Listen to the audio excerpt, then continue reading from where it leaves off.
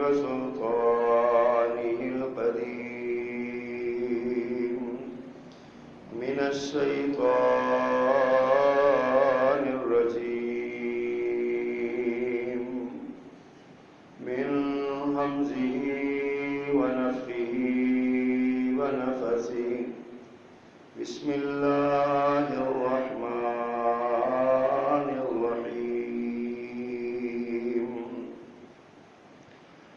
ولا تكونوا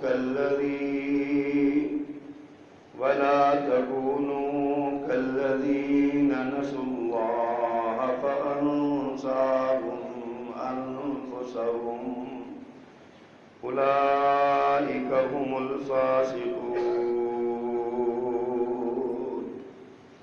لا يستوي أصحاب النار وأصحاب الجنة أصحاب الجنة هم الفائزون صدق الله العظيم.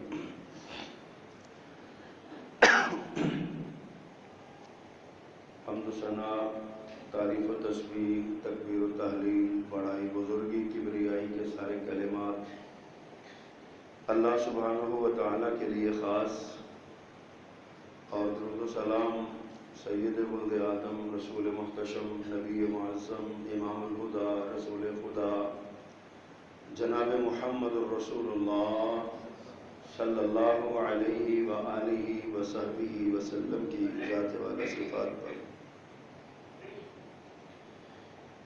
حضرات محترم، اللہ سبحانہ و تعالیٰ اس ساری کائنات کے خالق ہیں. کائنات کا ایک ایک ذرہ مالک الملک کے حکم کے تابع ہے. وہ اللہ تعالیٰ نے جتنی بھی اس دنیا میں مخلوقات بنائی ہیں، ساری مخلوقات اللہ سبحانہ و تعالیٰ کی مرضی اور اس کی منشا کے مطابق چلتی ہیں. اللہ تعالیٰ نے دیگر مخلوقات کی طرح انسان کو بھی ایک مخلوق بنا کے دنیا میں بھیجا. باقی مخلوقات سے ہٹ کر اس انسان کو اللہ نے ایک بڑے مرتبے اور بڑے مقام کے لیے تیار فرمایا، اور اس کو اللہ نے عقل، خرد اور شعور کی دولت سے مالا مال کیا. جب ایک انسان عقل و شعور کے ساتھ دنیا میں آیا تو اللہ نے اسے چند احکامات کا تابع کر دیا، پابند کر دیا. حضرت آدم علیہ السلام کو زمین پہ اتارتے ہوئے اللہ نے یہ بات ارشاد فرمائی تھی، فَإِمَّا يَأْتِيَنَّكُم مِّنِّي هُدًى فَمَن تَبِعَ هُدَايَ فَلَا خَوْفٌ عَلَيْهِمْ وَلَا هُمْ يَحْزَنُونَ، کہ تمہارے پاس میری طرف سے ہدایت آئے گی. جو اس ہدایت کو تسلیم کر لے گا اور اس کے مطابق اپنی زندگی گزارے گا، اسے نہ دنیا میں نہ آخرت میں کوئی خوف اور کوئی غم نہیں ہوگا. اس ہدایت کے ساتھ اللہ نے انسان کو تھوڑا سا اختیار بھی دیا. فرمایا فَهَدَيْنَاهُ النَّجْدَيْنِ، ہم نے انسان کو دو راستوں کی طرف نشاندہی کی. دوسرے مقام پہ فرمایا انسان چاہے تو اما شاکرن و اما کفورا، چاہے تو شکر گزار بن جائے، چاہے تو نہ شکر گزار بن جائے. یہ شکر گزار اور نہ شکر گزار دو طبقے اس دنیا میں موجود ہیں.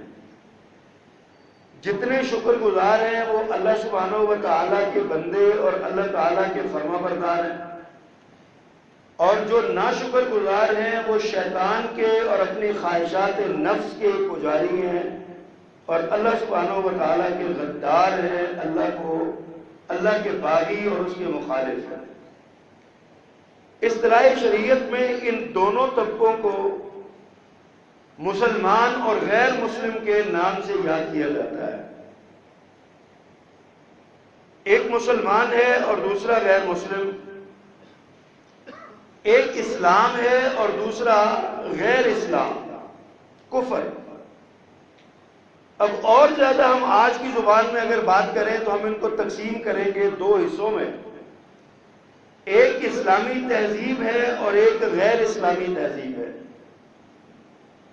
اسلامی تہذیب وہ ہے جو اللہ سبحانہ و تعالیٰ نے اما یاتینکم منی ہدن، یہ جو ہدن کا نا، ہدایت کا، یہ اسلامی تہذیب ہے. یہ اللہ تعالیٰ نے آسمان سے ایک نظام اتارا ہے کہ تمہاری تجارت کیسی ہو، تمہاری سیاست کیسی ہو، تمہارا سونا کیسے ہو، تمہارا جاگنا کیسے ہو، تمہارا کاروبار کیسے ہو، تمہارا رشتہ داروں سے تعلقات کیسے ہو، تمہارا گلی محلے اور دوست و احباب کے ساتھ تمہارے تعلقات کیسے ہو. یہ سارا جو نظام زندگی ہے اس کو اسلامی تہذیب کہا جاتا ہے.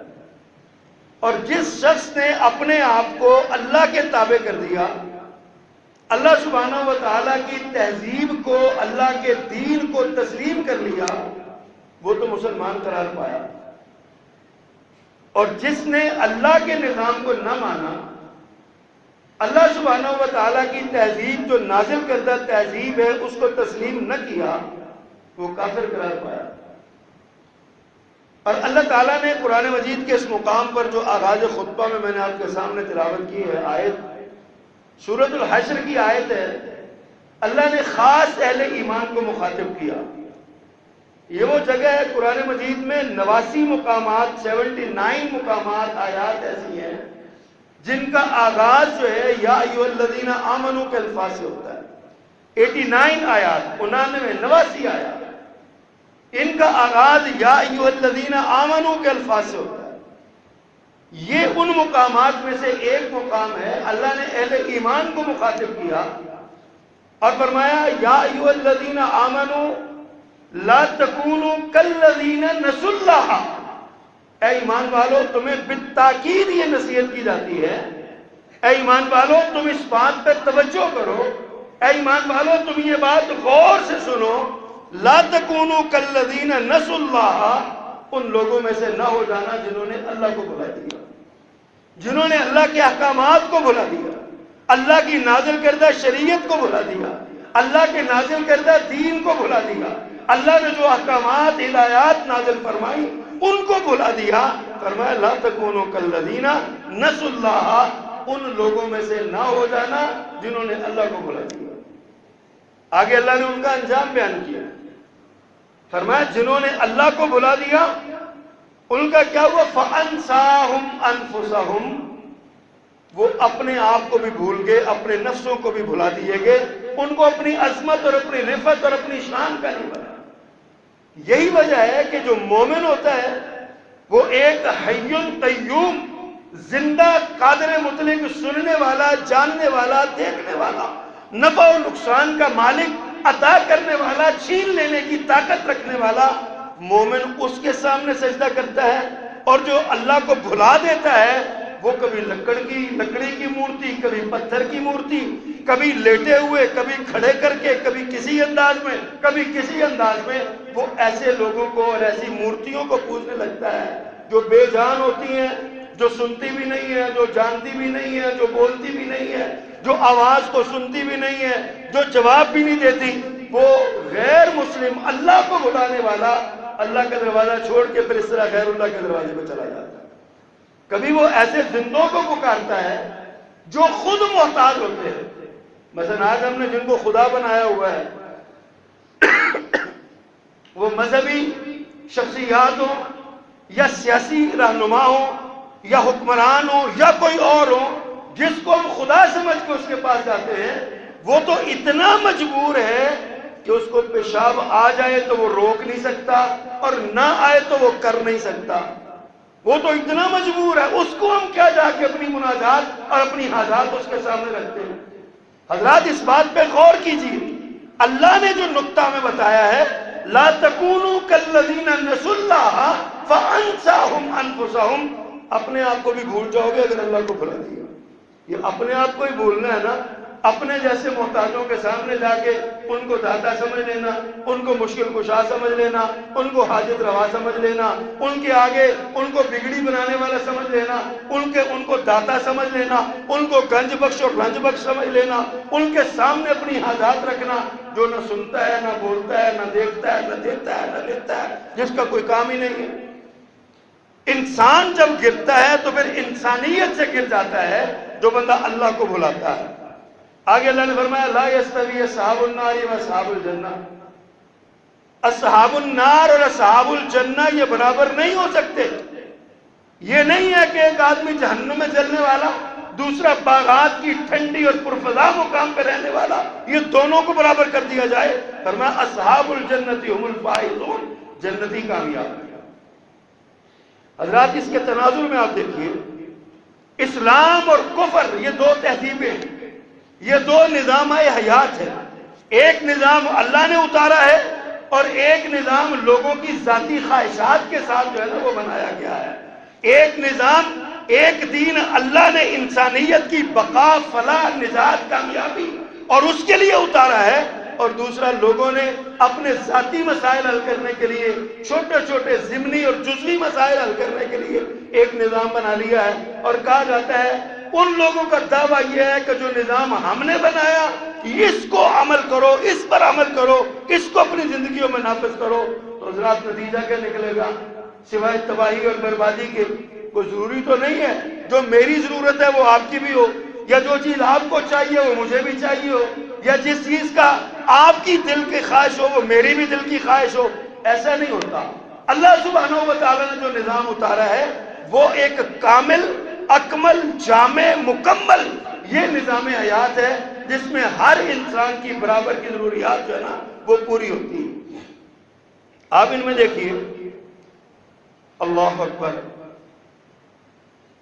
دنیا کے جس شخص نے اسلام کے نظام کی کسی ایک جز کو بھی مان لیا ہے نا، معاشرتی طور پہ یا انفرادی طور پہ اسلام کے کسی ایک جز کو بھی مان لیا ہے نا، اس کو اس کا فائدہ ضرور پہنچا ہے۔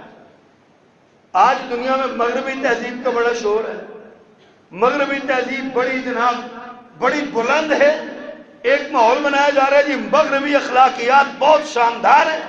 اب مغربی اخلاقیات کیا ہے؟ ایک شخص اگر زنا کرنا چاہتا ہے اور اس کا جو جس کے ساتھ وہ کرنا چاہتا ہے اگر وہ دونوں باہمی رضامند ہو تو کوئی گناہ نہیں ہے، لیکن ایک شخص کو حکومت کے خزانے میں سے لوٹ مار کرنے کی اجازت نہیں ہے۔ یہ مغربی اخلاقیات ہے۔ اگر کسی کا اسلام یا دین اس کا ذاتی معاملہ ہے، وہ نماز پڑھنی چاہتا ہے تو پڑھے، وہ روزہ رکھنا چاہتا ہے تو رکھے، وہ زکات، وہ کہتے ہیں ہمیں اس سے کوئی غرض نہیں ہے۔ لیکن جو پولیٹیکل اسلام ہے، جو اسلام زندگی کی رہنمائی کرتا ہے، ہمیں وہ اسلام قبول نہیں ہے۔ نبی کریم صلی اللہ علیہ وسلم کیا محض ایک حجرے کے یا ایک کمرے کے مولوی تھے؟ نبی کریم صلی اللہ علیہ وسلم نے جو دین دیا کیا وہ صرف عبادات کا مجموعہ تھا؟ میرے پیغمبر صلی اللہ علیہ وسلم نے جو دین دیا اس میں تو سونا بھی عبادت ہے، جاگنا بھی عبادت ہے، تجارت بھی عبادت ہے، سیاست بھی عبادت ہے، اس میں ہماری معیشت بھی عبادت ہے، معاشرت بھی عبادت ہے۔ اللہ کے رسول نے جامع اور اکمل دین دیا، لیکن ہم نے اس کو محدود کر دیا۔ ہم نے کہا کہ جناب مسجدیں صرف عبادت کے لیے ہیں، یہاں اور کوئی کام نہیں ہوگا۔ اللہ کے رسول صلی اللہ علیہ وسلم نے مسجد کو کمیونٹی سینٹر بنایا تھا۔ ہماری اپنی کوتاہیاں اور ہمارے اپنے جو اعمال کی سستیاں ہیں وہ آج ہمارے لیے تلوار بن کے ہمارے سروں میں لٹک رہی ہیں۔ ہمارے پاس دنیا کی سب سے بہترین تہذیب تھی۔ اب میں ایک مثال دیتا ہوں، اسلام ایک چھت ہے، ترقی اور کامیابی ایک چھت ہے، اور اسلامی تہذیب اس کامیابی تک پہنچنے کا ایک ذریعہ ہے۔ جس شخص نے اسلامی تہذیب کو اپنایا، اسلام کے کسی ایک جز کو بھی اپنا لیا، تاریخ اس بات پر شاہد ہے کہ اس کو اس کا صلہ ریوارڈ اور اس کا اجر ضرور ملا۔ میں مثال دوں گا، مغربی تہذیب کی بھی میں نے بات کی آپ کے ساتھ، آج اس کا بڑا شور ہے، لیکن یہ مغربی تہذیب کے اندر اگر مغربی ممالک میں چند قوانین ایسے ہیں جو ایک فلاحی مملکت کے قوانین ہوتے ہیں، ضرورت مند بے روزگاروں کے لیے وظیفے کا قانون ہے، یتیموں کے لیے انہوں نے وہ یتیم خانے بنا رکھے ہیں، یا بزرگوں کے احترام میں انہوں نے چند قوانین بنا رکھے ہیں. تو یہ قانون کہاں سے آئے ہیں؟ یہ بھی تو سوچیے نا ذرا. ہم بھول جاتے ہیں اس وقت کہ مغرب کے پاس جتنا بہترین فلاح کا اگر کوئی نظام ہے وہ سارے کا سارا اسلامی تہذیب کا رہی ملت ہے. اگر یقین نہیں آتا تو اندلس میں مسلمانوں کے جانے سے پہلے کی مغرب کی حالت پڑھ لیجئے اور اندلس میں مسلمانوں کی حکومت آنے کے بعد مغرب کی حالت پڑھ لیجئے. آج مغرب کے پاس جتنا علوم کا ذخیرہ ہے وہ سارے کا سارا مسلمانوں کا دیا ہوا ہے، اندلس کے مسلمانوں کا دیا ہوا ہے. آپ پڑھ کے دیکھیں، آپ مطالعہ کریں، کتابیں پڑھیں. آپ اندلس میں مسلمانوں کی حکومت سے پہلے جو کچھ تھا، یورپ کے اندر جو کچھ تھا، آپ اس کو دیکھ لیں. اور آج کا مغرب جو ہے، یعنی اندلس میں مسلمانوں کی حکومت کے بعد جو اندلس جو مغرب ہے، آپ اس کی حالت دیکھ لیں. آپ بے ساختہ پکار اٹھیں گے کہ یہ سارے کا سارا اسلام کا دیا ہوا ایک نظام تھا جس کو انہوں نے اپنے قوانین کی شکل میں بنایا، اس پر عمل کیا تو وہ دنیا میں بظاہر کامیاب ہو گئے، دنیا میں وہ کامیاب لگنے لگے. اور دنیا میں، لیکن اس کے باوجود جب مغرب نے اسلامی قوانین کو چھوڑا اور اپنے ذاتی تصورات کو آئین اور قانون بنایا، فرانس کے معاہدہ عمرانیات کو دیکھ لیجئے یا دیگر ممالک کے جتنے بھی نظام ہیں یا زندگی کے آئین ہیں، ان کے دستور ہیں ان ممالک کے، آپ ان کو پڑھ کے دیکھ لیجئے، اس کے اندر انسانیت کے لیے کچھ نہیں ہے. اگر کوئی چیز ہے تو وہ اسلامی نظام کا بس خوردہ ہے جو انہوں نے اسلام سے لیا ہے، نام اس کا اور رکھ دیا ہے، لیکن نظام وہی ہے جو اسلام کا ہے. ورنہ اگر اسلامی قوانین کو ان کی زندگی سے نکال دیا جائے نا تو پیچھے کیا بچتا ہے بھلا؟ آج آپ یورپ کی حالت دار دیکھ لیں، کیا وہاں پہ کثرت کے ساتھ خودکشیاں نہیں ہو رہی؟ دنیا میں سب سے زیادہ خودکشی کس ملک میں ہوتی ہے؟ پڑھ لیجئے، مطالعہ کیجئے، دیکھیے، سرچ کیجئے، دنیا میں سب سے زیادہ بدکاری اور بے حیائی کس ملک میں ہے؟ دنیا میں سب سے زیادہ لوٹ مار اور قتل و غارت کس ملک میں ہے؟ دنیا میں سب سے زیادہ ایک دوسرے کے حقوق چھیننے کے معاملات کس ملک میں ہیں؟ دنیا کا وہ کون سا ملک ہے جس میں باپ کو اپنی بیٹی کے گھر میں کرائے پہ رہنا پڑتا ہے؟ دنیا کا وہ کون سا مذہب ہے جس میں ایک بیٹی اپنے باپ کے ترلے کرتی ہے کہ مجھے اپنے گھر میں کمرہ دے دو، اور وہ باپ کہتا ہے پہلے میرے ساتھ کرایہ طے کرو؟ اس نظام کو اور اس تہذیب کو ہم سر پہ اٹھائے پھر رہے ہیں کہ جناب بڑی کامیابی ہے اس تہذیب کے اندر، بڑی ترقی ہے اس تہذیب کے اندر. اس مادی ترقی کو ہم نے کیا کرنا ہے؟ ایک بندہ ترقی کرتا ہے، بڑی ترقی کرتا ہے، بل گیٹس نام کا ایک بندہ ہے دنیا میں، کہتے ہیں وہ امیر ترین آدمی ہے، ہوگا، بڑی دولت اس کے پاس ہوگی، لیکن اتنی زیادہ دولت کے بعد وہ کتنی روٹیاں کھاتا ہے؟ کیا وہ سونے کے نوالے کھاتا ہے؟ کیا وہ چاندی کا پانی پیتا ہے؟ سوچئے ذرا، کیا اس طرح کتنی ترقی آپ کر لیں گے؟ بینک بیلنس آپ کا بڑھ جائے گا، آپ کے پاس بڑی اچھی گاڑی آ جائے گی، آپ کی کوٹھی بہت بڑی قلعوں میں مربعوں میں کوٹھی آپ کی بن جائے گی. اس کے بعد کیا ہوگا؟ جب آپ مر جائیں گے تو مرنے کے بعد آپ کو کفن کا کتنا کپڑا ملے گا؟ جب آپ مر جائیں گے تو قبرستان میں کتنی جگہ ملے گی آپ کو؟ کیا کبھی یہ بھی ہوا کہ قبرستان کے اندر کسی نے ایک قلعے کے اندر 1 ایکڑ کے اندر کسی کی قبر بنائی ہو کہ جناب یہ قبر ہے اس کی، اور 3 منزلہ قبر کسی نے بنائی ہو؟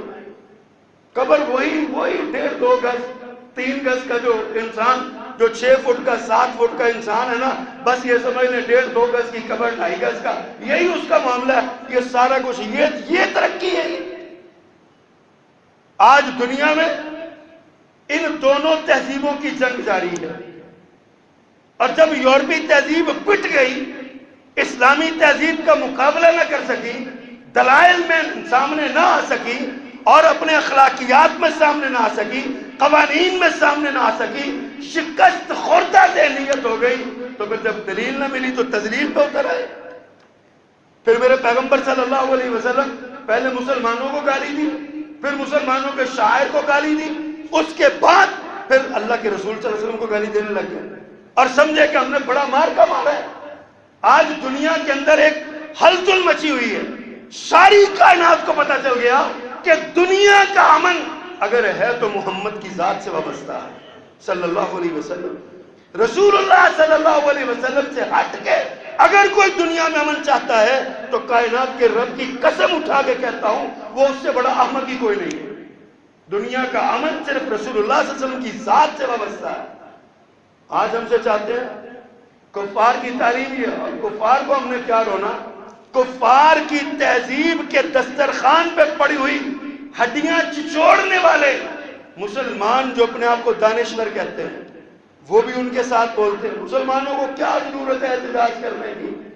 مسلمان اپنے توہین وہاں پہ ہو رہی ہے، احتجاج یہاں پہ کر رہے ہیں. کچھ فائدہ ہوا کہ نہیں ہوا اسے احتجاج کا؟ ابھی سوشل میڈیا پہ احتجاج تھا، ابھی سڑکوں پہ تو آج نکلنا تھا، ابھی تو تیاری ہو رہی تھی سڑکوں پہ نکلنے کی، ابھی اعلانات ہو رہے تھے سڑکوں پہ نکل کے. تو احتجاج کا فائدہ ہوا کہ نہ ہوا؟ حکومت ہالینڈ نے مجبور ہو کے اس ملعون کے ہاتھوں کو روکا ہے اور اس کی زبان کو روکا ہے، اور اس نے کہہ دیا کہ اب میں یہ رسول اللہ صلی اللہ علیہ وسلم کے خاکے نہیں بناؤں گا. ہم سمجھتے ہیں کہ وہ باز نہیں آئے گا، ہمیں پتہ ہے کہ وہ باز نہیں آئے گا، لیکن مومن وہ ہوتا ہے لا یلدغ المؤمن من جحر واحد مرتين. مومن ایک سوراخ سے دوبارہ نہیں ڈسا جاتا. ہمیں پتہ ہے کہ وہ باز نہیں آئے گا، اس کی فطرت اسے مجبور کرتی ہے اس لیے کہ وہ شکست کھا چکا ہے. جیسے زخمی سانپ ہوتا ہے نا، اس کی پشت پہ جب ڈنڈا پڑتا ہے پھر وہ تڑپتا ہے، پھر وہ ڈھونڈتا ہے میں کس کو کاٹوں. یہ زخمی سانپ ہے، یہ پھر کاٹنے کو آئے گا. یہ وہی بدبخت ہے جس نے ہالینڈ کی پارلیمنٹ میں حجاب پر پابندی کا قانون پیش کیا اور نے کہا مسلمان عورتوں کو پابند کیا جائے کہ وہ حجاب نہ اوڑھیں. ہم نے اس کو کیا رونا ہے؟ ہمارے مسلمانوں میں کچھ ایسے لوگ ہیں جو ٹی وی پہ بیٹھ کے کہتے ہیں کہ حجاب ایک واہیات کام ہے، داڑھی رکھنا ایک واہیات کام ہے، بیکار اور فضول کام ہے. یہ وہ مسلمان بھی ہیں، خود کو مسلمان کہلواتے ہیں. اب ہم کیا کریں جناب اس کو؟ آپ ذرا سوچئے اس بات پہ حضرات. یہ تہذیب کی جنگ ہے، دو تہذیبوں کی جنگ ہے. اسلامی تہذیب اپنا آپ منوا چکی ہے اور کفر کی تہذیب مغلوب ہو چکی ہے. اب یہ مغلوب ہوئی تہذیب زخمی سانپ کی طرح پھڑک رہی ہے، تڑپ رہی ہے. یہ ہمیں اب امت مسلمہ کو نقصان پہنچانا چاہتی ہے. ہم کہتے ہیں ان سے جناب ہمارے ساتھ دلیل کے میدان میں آ کے مقابلہ کرو. آپ کو اسلام پہ اعتراض ہے، اعتراض پیش کرو، اسلام پہ سوال اٹھاؤ. ہم تمہیں جواب نہ دیں تو ہم مجرم ہوں گے. اسلام پہ اعتراض ہے تو اعتراض اٹھاؤ، دلیل کے ساتھ بات کرو. جب دلیل مل جائے تو دلیل کو تسلیم کرو. یہ تو کوئی طریقہ نہیں ہے کہ تمہیں دلیل کے جواب میں دلیل نہ آئے تو تم کو نہیں جب مانتے نہیں ہیں تم ہو ہی ایسے ویسے گالیاں دینے لگ جاؤ. یہ ترقی ہے تمہاری، یہ تمہاری اخلاقیات ہے جس کا ڈنڈورا پیٹتے ہو کہ مغرب کے لوگ بڑے براڈ مائنڈڈ ہیں، مغرب کے لوگ بڑے وسیع الظرف ہیں، مغرب کے لوگ بڑے عظیم لوگ ہیں. یہ ترقی ہے تمہاری. دلیل کے مقابلے میں دلیل لاؤ، دلیل کے مقابلے میں دلیل لاؤ، شواہد کے مقابلے میں شواہد لاؤ، تہذیب کے مقابلے میں تہذیب لاؤ. جاؤ میں چیلنج کرتا ہوں، دنیا کا کوئی بھی مغرب کا پروردہ یا مغربی تہذیب سے محبت کرنے والا، میں چیلنج کے ساتھ علی وجہ البصیرت کے بات کہتا ہوں اللہ کے فضل سے کہ جاؤ ان سے کہو اپنی تہذیب سے اسلامی تعلیمات کو نکال کے دکھاؤ تمہارے پاس ہے کیا. عورت کو عزت اسلام نے دی ہے، مرد کو عزت اسلام نے دی ہے، بوڑھے کو عزت اسلام نے دی ہے، بچے کو رحمت اسلام نے دی ہے، لوگوں کو بے روزگاروں سے ہمدردی اسلام نے کی ہے، غریبوں سے پیار اسلام نے کرنا سکھایا ہے. حضرات اور کیا چاہتے ہو؟ انسانیت سے پیار کرنا اسلام نے سکھایا ہے. یہ اسلام کی تعلیم ہے. آپ ذرا دیکھیے، غور کیجیے اس بات. اسلامی تہذیب کیا ہے؟ میں ایک دو نقطے بیان کرنا چاہتا ہوں.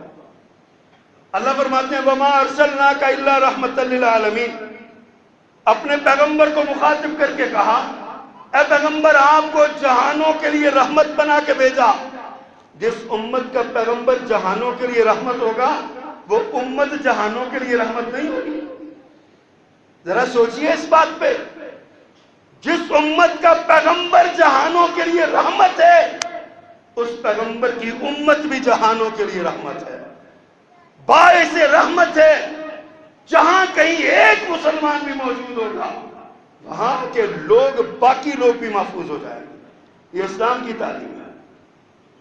آپ ذرا غور تو کیجیے اس بات۔ وما ارسلناک الا رحمۃ للعالمین۔ پھر اللہ فرماتے ہیں وَكَذَلِكَ جَعَلْنَاكُمْ أُمَّةً وَسَطًا، تم ایک بہترین امت ہو۔ ہمیں کہا گیا، مسلمانوں کو کہا گیا، محمد الرسول اللہ صلی اللہ علیہ وسلم کے ماننے والوں کو کہا گیا وَكَذَلِكَ جَعَلْنَاكُمْ أُمَّةً وَسَطًا، تمہیں ایک بہترین امت بنایا گیا ہے۔ کیوں؟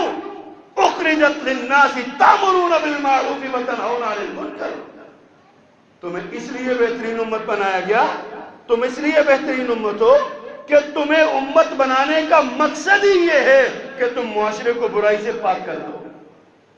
جس معاشرے میں برائی نہیں ہوگی معاشرہ وہ پاک ہوگا، معاشرہ وہ پرامن ہوگا۔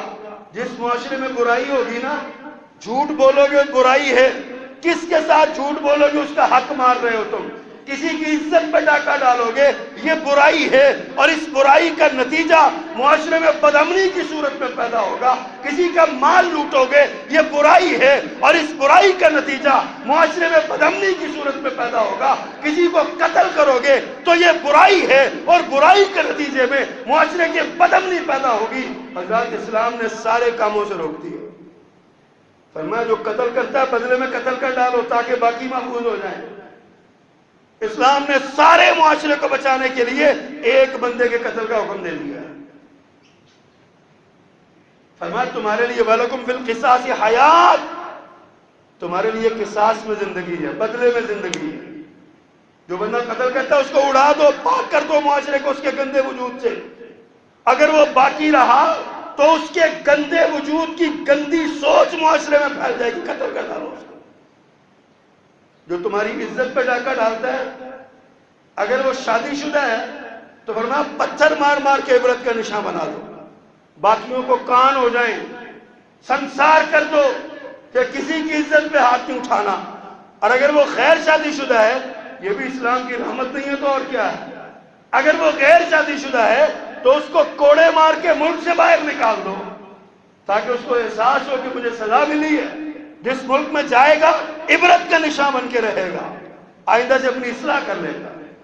جو چوری کرتا ہے فرمایا فَقْطَعُوا أَيْدِيَهُمَا، چور مرد ہو یا عورت ہاتھ کاٹ ڈالو اس کا تاکہ دور سے دیکھ کے لوگوں کو پتہ چلے یہ چور ہے، اسے اپنا مال بچا لو۔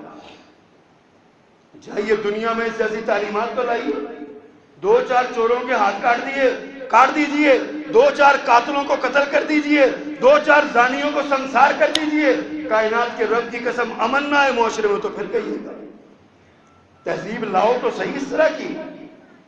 آج تم اسلامی تہذیب کا مقابلہ کرنے پہ آئے ہوئے ہو، آج خود اخلاقی بحران کا شکار ہو، مادیت تمہاری جڑوں میں سرایت کر چکی ہے، تمہیں دولت کے سوا اور کوئی سوچتا نہیں ہے، کیپٹلسٹک لوگ تم بن چکے ہو، تمہارا جینا مرنا پیسے کمانے کے لیے۔ تم الذی جمع مالا وعددا، اس شخص کی مثال دی ہے کہ تم وہ ہو جو مال جمع کرتے اور گنتے رہتے ہو۔ ایحسب ان مالہ اخلدا، کیا تم یہ سمجھتے ہو تمہارا مال تمہارے پاس ہمیشہ رہے گا؟ حضرات سنیے، اسلام تمہارے دلوں سے مال کی محبت نکال رہا ہے، مال کمانے سے نہیں منع کر رہا۔ کماؤ جتنا جی چاہتا ہے کماؤ، دولت کماؤ، لیکن اسلام نے تمہیں مقید کر دیا ایک دائرے میں، حلال طریقے سے کماؤ، اور جب کما لو تو فی اموالہم حق للسائل والمحروم، تمہارے مالوں میں سوالی کا اور محروم کا حق رکھ دیا ہے، اپنے مالوں میں سے ان کو بھی پیسے دینے ہیں، تو ان کے اندر حق موجود ہے۔ جائیے دنیا کے کسی نظام میں، کسی مذہب میں، یہودیت میں، عیسائیت میں، ہندو مت میں، بدھ مت میں، جین مت میں، دنیا کے کسی مذہب کے اندر جائیے دکھائیے کوئی اس طرح کی تعلیمات ہو۔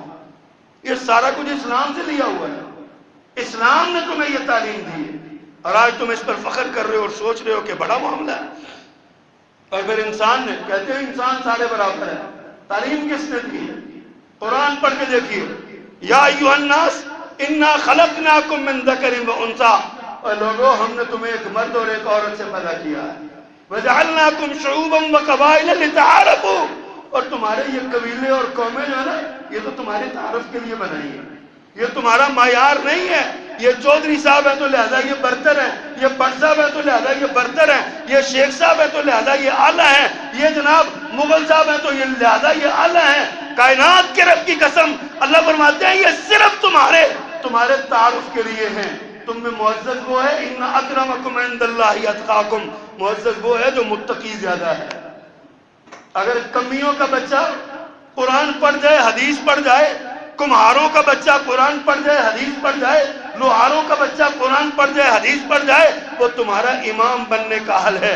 سارے چودھری، سارے شیخ، سارے بٹ، سارے فلاں اس کمیوں کے بچے کے پیچھے کھڑے ہو کے رکوع و سجود کرتے ہیں. یہ اسلام کی تعلیم ہے. ان اکرمکم عند اللہ اتقاکم. اسلام میں عزت اس کی ہے جو عزت والا ہے، جو تقوی والا ہے، جو خوف خدا والا ہے. اور اسلام نے یہ نہیں کہ صرف مسلمانوں کو، اسلام نے کافروں کو بھی عزت دی ہے. حضرت عمر رضی اللہ تعالیٰ عنہ گزر رہے تھے مدینہ کی گلیوں میں. ایک بوڑھا بندہ دیکھا وہ بھیک مانگ رہا تھا. بوڑھا بندہ لوگوں کے دروازے کھٹکھٹا کر بھیک مانگ رہا تھا. آپ اس کے پاس رکے، فرمایا بھیک کیوں مانگتے ہو؟ اس نے کہا جی میں ذمہ ہوں، میں غیر مسلم ہوں، میرے اوپر ٹیکس لگا ہوا ہے، جزیہ لگا ہوا ہے، میں نے وہ جزیہ دینا ہے اور میں بوڑھا ہو گیا ہوں، کمائی نہیں کر سکتا. اب میں بھیک مانگ مانگ کے اسلامی سلطنت کو وہ اپنے حصے کا جزیہ ادا کروں گا. قربان جاؤں جناب عمر فاروق رضی اللہ تعالیٰ عنہ پہ. آج روتے ہو الگزینڈر کو، روتے ہو رستم ہند کو، رستم کو. جاؤ جا کے میرے فاروق کی تاریخ پڑھ کے دیکھو. 22.5 لاکھ مربع میل کا حکمران، نام سن کے کیسر و کسریٰ کانپتے ہیں. اس بوڑھے بندے کی داستان سن کے چھم چھم رونے لگے. عمر تو نے اتنا ظلم کیا ان پہ، اتنا ظلم کیا، ان ذمیوں کی جوانی سے فائدہ اٹھاتے رہے، آج بوڑھے ہو کے تذلیل کرنے کے لیے چھوڑ دیا. عمر نے اس عیسائی کو، غیر مسلم کو اپنے ساتھ پکڑا، بازو پکڑا، اپنے گھر لے کے برابر بٹھا کے کھانا کھلایا، پانی پلایا، اپنے وزیر خزانوں کو بلایا. کہا آج کے بعد میں قانون چینج کر رہا ہوں، ایک مخصوص عمر کے بعد ذمی سے بھی ٹیکس نہیں لیا جائے گا بلکہ اس کی کفالت بیت المال سے کی جائے گی. یہ اسلامی تہذیب ہے، یہ اسلامی تہذیب ہے. امام ابن تیمیہ رحمہ اللہ جس دور میں تھے، تاتاریوں نے اسلامی سلطنت پہ حملہ کیا، بہت سے اسلامی سلطنت کے لوگوں کو گرفتار کر لیا، قیدی بنا لیا. ان میں مسلمان بھی تھے اور غیر مسلم بھی تھے. امام ابن تیمیہ رحمہ اللہ جاتے ہیں اور تاتاری سربراہ سے بات کرتے ہیں، ہمارے قیدیوں کو رہا کرو.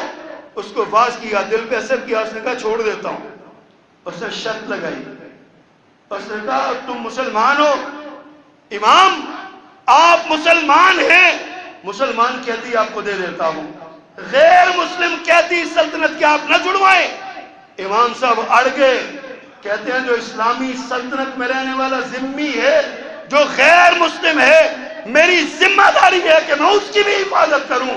پہلے غیر مسلموں کو چھڑواؤں گا پھر مسلمانوں کو چھڑواؤں گا. یہ اسلامی تہذیب ہے. سلطان صلاح الدین ایوبی کی تاریخ پڑھ کے دیکھیے. یہ وہ بادشاہ ہے، یہ وہ بادشاہ ہے جس کی قبر پہ ٹھڈا مار کے ریجینالڈ نے کہا تھا اٹھو سلی، دیکھو ہم دوبارہ آ گئے ہیں. اس کی قبر کی بھی توہین کی تھی. لیکن اس سلطان صلاح الدین ایوبی کا کردار اسلامی تہذیب کی جھلک نظر آتی ہے. لوگوں یہ اسلامی تہذیب اور کافر تہذیب کا مقابلہ ہے. یہ کلیش آف دا سویلائزیشن ہے، یہ تہذیبوں کی جنگ ہے. ہمیں اس تہذیبوں کی جنگ میں اپنی تہذیب کو دنیا سے منوانا ہے. اسلامی تہذیب خود اپنا آپ منواتی ہے، ہمیں بھی کردار ادا کرنا ہے. صلاح الدین ایوبی نے جب بیت المقدس فتح کیا، عیسائی وہاں پہ کعبے سے، حضرت سلطان نے اعلان کر دیا ایک مخصوص رقم دے کے جو عیسائی یہاں سے جانا چاہتا ہے وہ آزاد ہے. اعلان ہو گیا، عیسائی رقم دینے لگے. کچھ عیسائی ڈرتے ڈرتے آئے سلطان کے پاس، سلطان ہم غریب لوگ ہیں، ہم عیسائی بھی رہنا چاہتے ہیں، ہم یہاں سے جانا بھی چاہتے ہیں، غلام نہیں بننا چاہتے، آزاد رہنا چاہتے ہیں، ہمارے پاس پیسے نہیں ہیں، ہم پہ رحم کیجئے، ہمیں ویسے ہی معافی دیجئے۔ سلطان تیری عظمت کو سلام، تو میرے نبی کا پیروکار تھا، میرے نبی کی تہذیب کا لمبردار تھا۔ سلطان نے قانون بدل دیا، کہا جو غریب آدمی یہ رقم بھی نہیں دے سکتا وہ ویسے ہی چلا جائے، سلطان اپنے پاس سے جمع کرا دے گا، سلطان اپنے پاس سے جمع کرا دے گا۔ یہ اسلامی تہذیب ہے۔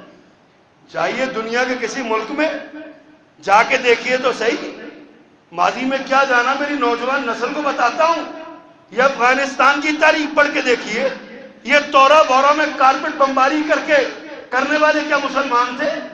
یہ جاپان کے ہیروشیما اور ناگاساکی پہ ایٹم بم برسا کے لاکھوں جانوں کو تلف کرنے والے، مجھے بتائیے یہ کون سی تہذیب کے پیروکار تھے؟ آج ہم یورپی تہذیب کے بڑے کلمے پڑھتے ہیں، بڑا ہم نے جھنڈا اٹھایا ہوا ہے کہ بڑی اعلیٰ تہذیب ہے۔ مجھے بتائیے ہیروشیما اور ناگاساکی میں کس نے ایٹم بم چلایا تھا؟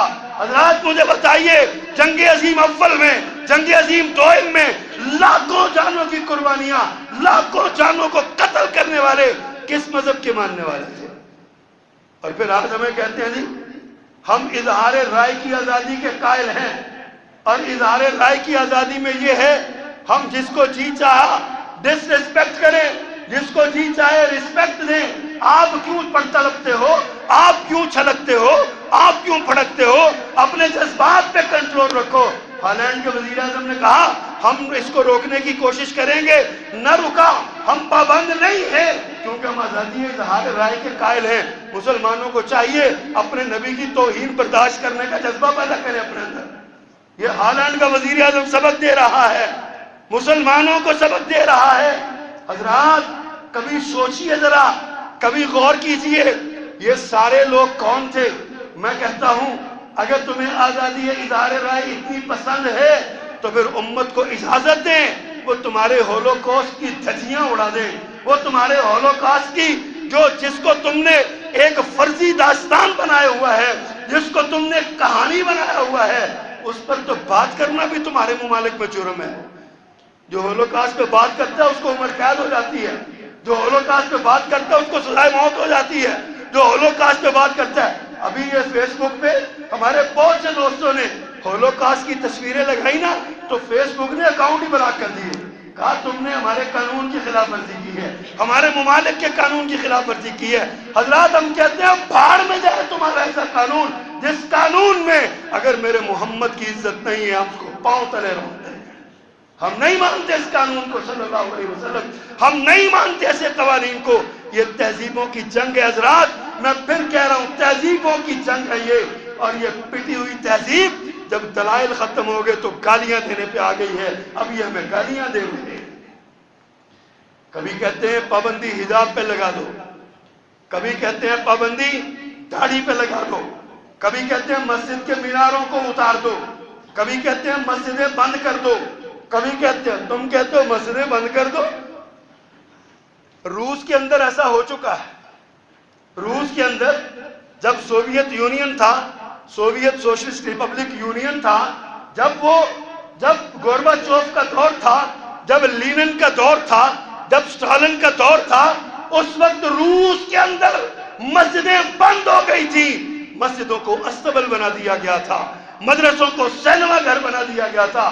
حضرات وہ بھی زور لگا کے دیکھ دے، جیسے ہی روس کمزور ہوا سب سے پہلے بلند ہونے والی اذان کی آواز سے روس میں بھی کس کو پابند کرو گے تم؟ اللہ کے نام کو پابند کرو گے، اللہ کے نام کو مقید کرو گے۔ حضرات یہ اسلامی تہذیب دنیا میں غالب آئے گی۔ اسلامی تہذیب، میرے پیغمبر نے فرمایا تھا الاسلام، اسلام جو ہے یعلو ولا یعلا، اسلام غالب آئے گا، اسلام پر کوئی غالب نہیں ہو سکتا، اسلام غالب آئے، میرے پیغمبر کا فرمان۔ اور کائنات کی ہر چیز جھوٹی ہو سکتی ہے، میرے پیغمبر کا فرمان نہیں جھوٹا ہو سکتا۔ نبی رحمت صلی اللہ علیہ وسلم نے تو فرمایا تھا، اسے آگے رسول آئے نا، کہتے ہیں میرے بھائی کے پیٹ میں تکلیف ہے تو آپ کو بتائیں کیا کروں؟ آپ نے فرمایا شہد استعمال کرواؤ۔ 2 دن شہد کھانے کے بعد وہ آیا، کہتا جی فرق نہیں پڑا. فرمایا پھر شہد کھلاؤ. پھر شہد کھلانے کے بعد آیا, فرمایا جی فرق نہیں پڑا. آگے کہا, فرمایا اسے شہد کھلاؤ, تمہارے بھائی کا پیٹ جھوٹ بولتا ہے, رب کا قرآن سچ بولتا ہے, شہد کھلاؤ اسے. تیسری بار شہد کھلایا تو اس کا پیٹ ٹھیک ہو گیا. جس پیغمبر کا یقین اتنا پختہ ہو, ہم اس کے ماننے والے ہیں, ہم اس کے. اور حضرات آخری بات کہوں, آج دنیا میں نے بات کی ہے افغانستان کی جنگ کی, عراق کی جنگ کی. کبھی اسلامی تہذیب سے بھی پوچھو تمہارا جنگی ڈاکٹرائن کیا ہے, تمہاری جنگی اخلاقیات کیا ہیں, اسلام نے کیا تہذیب سکھائی. ایک آیت آپ کے سامنے پڑھتا ہوں. اللہ فرماتے ہیں وَقَاتِلُوا فِي سَبِيلِ اللَّهِ الَّذِينَ يُقَاتِلُونَكُمْ وَلَا تَعْتَدُوا وَلَا تَعْتَدُوا. یہ اسلام کی جنگی ڈاکٹرائن ہے, یہ اسلام کا نظریہ جنگ ہے. فرمایا لڑنا ان سے ہے جو تم سے لڑتے ہیں, جو تم سے نہیں نہ لڑتے ان سے نہیں لڑنا. یہ اسلام ہے. اور تم بم مار کے سب کو مارتے ہو, پھر کہتے ہو انسانیت کے نمبردار ہے. تم کارپٹ بمباری کر کے انسانیت کو صفحہ ہستی سے مٹاتے ہو, پھر کہتے ہو ہم انسانیت کے سب سے بڑے محافظ ہیں, انسانی حقوق کے محافظ ہیں. جاؤ انسانی حقوق کا حفاظت سیکھنی ہے تو میرے محمد سے سیکھو صلی اللہ علیہ وسلم, جنہوں نے تعلیم یہ دی ہے. جب میدان جنگ میں جاؤ, جب میدان جنگ میں جاؤ تو کفار کے علاقے میں فتح کر کے قبضہ کر کے ان کے باغوں کو نہ جلانا, ان کے درختوں کو آگ نہ لگانا, ان کے جانوروں کو نہ مارنا, ان کے بوڑھوں کو کچھ نہ کہنا, ان کی عورتوں پہ ہاتھ نہ اٹھانا, ان کے بچوں کو کچھ نہ کہنا. اس سے بھی آگے بڑھ کے فرمایا کچھ ایسے لوگ ہیں جو ان کے گرجوں میں معبدوں میں بیٹھے ہوئے ہیں, ان کے مولوی ہیں, ان کے پنڈت ہیں, ان کے جناب کے پادری ہیں, ان کو بھی کچھ نہ کہنا, وہ تمہارے مقابلے میں نہیں آئے. یہ اسلام کی جنگی ڈاک. روتے ہو اسلامی تہذیب کا مقابلہ کرتے ہو, جاؤ جا کے پہلے ایسی تہذیب تو لے کے آؤ, ایسی شاندار اور عظیم الشان احکامات تو لے کے آؤ. تمہارے پلے کچھ نہیں ہے جناب, تمہارے پلے کچھ نہیں ہے.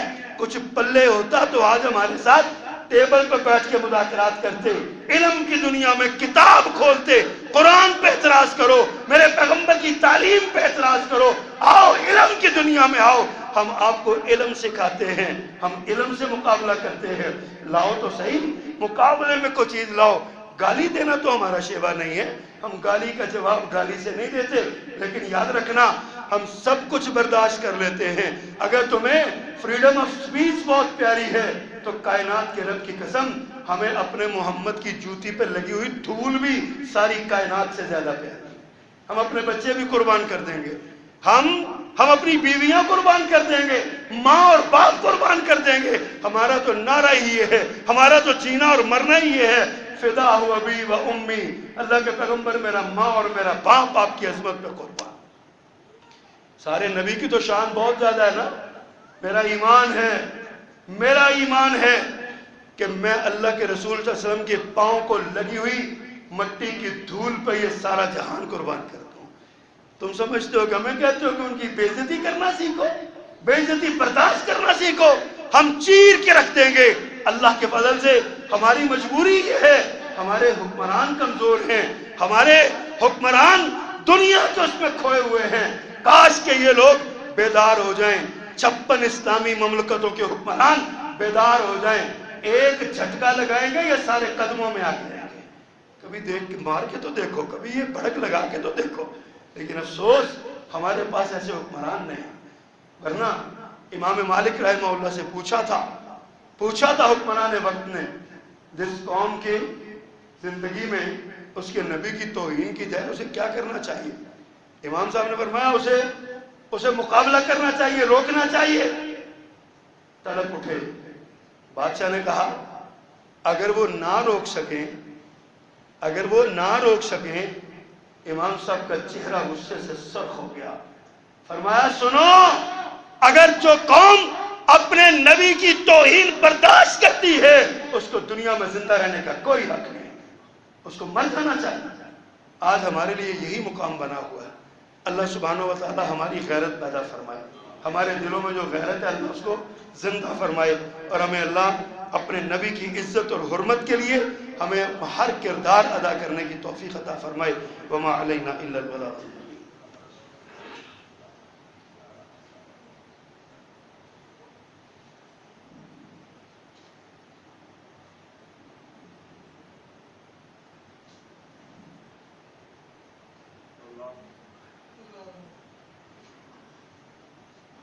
الحمد لله نحمده ونستعينه ونستغفره ونؤمن به ونتوكل عليه ونعوذ بالله من شرور أنفسنا ومن سيئات أعمالنا من يهده الله فلا مضل له ومن يضلل فلا هادي له أشهد أن لا إله إلا الله وحده لا شريك له وأشهد أن محمدا عبده ورسوله اللهم صل على محمد وعلى آل محمد كما صليت على إبراهيم وعلى آل إبراهيم إنك حميد مجيد اللهم بارك على محمد وعلى آل محمد كما باركت على إبراهيم وعلى آل إبراهيم إنك حميد مجيد. حضرات محترم، سچ شکر اللہ سبحانہ و تعالیٰ کا ہمارے ساتھیوں کی پوری امت کی جد و جہد رنگ لائے اور توہین آمیز خاکوں کا یہ سلسلہ بند ہوا. مجھے بہت خوشی ہے کہ وہ نوجوان جس نے سب سے پہلے اس توہین آمیز خاکوں کے خلاف، گیرت بلڈر کے خلاف آواز اٹھائی، جس نے سب سے پہلے آواز اٹھائی، وہ میرا ذاتی دوست ہے، میری جماعت کا فرزند ہے، آپ کے گجرانوالہ شہر کا شہزادہ ہے، حافظ عبدالسلام فیصل اس کا نام ہے، اللہ اس کو برکت دے. اس نے ایسا تعاقب کیا کہ ساری کائنات، ساری دنیا اس کے پیچھے لگی ہے. سب سے پہلی آواز اس نے اٹھائی. یہ آپ کے جناح روڈ پر رہتا ہے. اتنا پیارا وہ نوجوان نبی کی حرمت اور عزت کے لیے اس نے گیرت بلڈر نے اس کے ٹویٹر اکاؤنٹ کو سکرین شاٹ لے کے اپنے اکاؤنٹ پہ دیا اور کہا یہ شخص ہے، یہ میرے خلاف پروپیگنڈا کر رہا ہے. یہ ہمارا اعزاز ہے الحمدللہ. ہمیں فخر ہے اس دوست کی دوستی پہ جس کے ساتھ ہمارا تعلق ہے. ہم اس کے ساتھی بنے، ساری دنیا اس کی ساتھی بنے. رک گئی ہے لیکن کیا بس اس پہ خاموش ہو جانا چاہیے؟ نہیں حضرات، نہیں. ابھی تو گیم شروع ہوئی ہے. ابھی وہ ایک رکا، کل کو کوئی اور خبیث اٹھے گا. ہمارا مطالبہ یہ ہے کہ اقوام متحدہ اس پر قانون سازی کرے، کسی بھی نبی کی توہین کو جرم قرار دے اور سزا موت مقرر کرے. دنیا کے تمام ممالک اس قانون کے پابند ہوں، جو بھی صرف محمد رسول اللہ صلی اللہ علیہ وسلم کی نہیں، اللہ کے 1,24,000 انبیاء میں سے کسی کی بھی جو توہین کرے، ان کے بارے میں نازیبا کلمہ بولے، نازیبا جملہ بولے، ان کی توہین کرے، ان کی تصویر بنائے، ان کا خاکہ اڑائے، ان کے بارے میں بکواس کرے، اس کے لیے پوری دنیا کا عالمگیر قانون یہ ہونا چاہیے کہ ایسے شخص کو قتل کر دیا جائے اور حکومت وقت اس کو قتل کرے. یہ مطالبہ ہے ہمارا.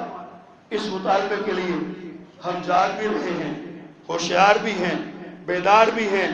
اللہ کے فضل سے اس بات پہ اللہ کا شکر ادا کرتے ہوئے اللہ تعالیٰ نے ہمیں اس آزمائش سے نکال دیا اور یہ خاکوں کا مقابلہ ختم ہوا. لیکن اب اس کے آگے بڑھ کے ہم یہ چاہتے ہیں کہ ہم اپنی گورنمنٹ سے، اپنی حکومت سے یہ مطالبہ کریں کہ جس طرح ہمارے وزیر اعظم صاحب نے کل اپنے موبائل میسج میں، اپنے ایک بیان میں یہ پیغام دیا ہے کہ ہم OIC میں جا رہے ہیں، ہم اقوام متحدہ میں جا رہے ہیں، ہم خراج تحسین پیش کرتے ہیں اس عظیم اچیومنٹ پر. بہت خوبصورت بیان انہوں نے دیا، لیکن یہ زبان تک نہیں رہنا چاہیے، اس پر عمل بھی کرنا چاہیے. آگے بڑھیں، پوری قوم آپ کے ساتھ ہے. نبی کی ناموس کے تحفظ کا قانون آپ پاس کروا لیں. خدا کی قسم، ذوالفقار علی بھٹو نے کہا تھا نا کہ میں نے قادیانیوں کو غیر مسلم قرار دے کر اپنے نبی کی حرمت کا، اس کی نبوت کا تحفظ کیا ہے. مجھے امید ہے اللہ میرے سارے گناہ معاف کر دے گا. یقین جانیے ہم بھی امید رکھتے ہیں، اس کا یہی کارنامہ اس کی نجات کا سبب بن سکتا ہے. جناب خان صاحب، آپ بھی کوئی ایسا کام کر جائیے، آپ کی زندگی کے سارے گناہ دھل جائیں گے اگر آپ نبی کی ناموس کے لیے کوئی کردار ادا کر جائیں. اے کاش کہ اللہ آپ کو توفیق عطا فرمائے. حضرات، اس مقصد کے لیے ہم نے ابھی GT روڈ پہ 2 بجے پورے انشاءاللہ 2 بجے تک گوندرا اڈا میں ایک بہت عظیم الشان احتجاجی ریلی رکھی ہے. سارے دوست وہاں پہ جائیں نبی کی ناموس کے لیے. میں کہا کرتا ہوں جو شخص اللہ کے رسول کے لیے بے عزت ہونا پسند کرے نا، اللہ اسے کائنات میں سب سے زیادہ عزت دیتا ہے. جو نبی کی ناموس کے لیے بے عزت ہو جائے وہ کائنات کا سب سے بڑا معزز انسان ہے۔ اپنے نبی کی عزت کے لیے، اپنے نبی کی ناموس کے لیے، اپنے نبی کے شان اور مقام کے لیے آپ اپنی اس سٹیٹس کو چھوڑ دیں ایک منٹ کے لیے۔ آپ ابو بکر سے زیادہ معزز نہیں ہیں، عمر فاروق، عثمان غنی، حیدر کرار سے زیادہ معزز نہیں ہیں، صحابہ کرام سے زیادہ معزز نہیں ہیں۔ اللہ کے رسول کے لیے آدھا گھنٹہ، ایک گھنٹہ، پونا گھنٹہ زیادہ سے زیادہ آپ ٹائم دیں۔ جمعے کے بعد گوندوانا اڈا پہنچیں، اپنا حصہ ڈالیں، محبان رسول میں اپنا نام لکھوائیں۔ اللہ سبحانہ و تعالی ہمیں عمل کرنے کی توفیق دے۔ اللہ پاک ہمیں نبی کے ناموس کے لیے لڑنے مرنے والوں میں اللہ شامل فرمائے۔ اللہ ہماری قربانیاں قبول فرمائے۔ سبحان ربک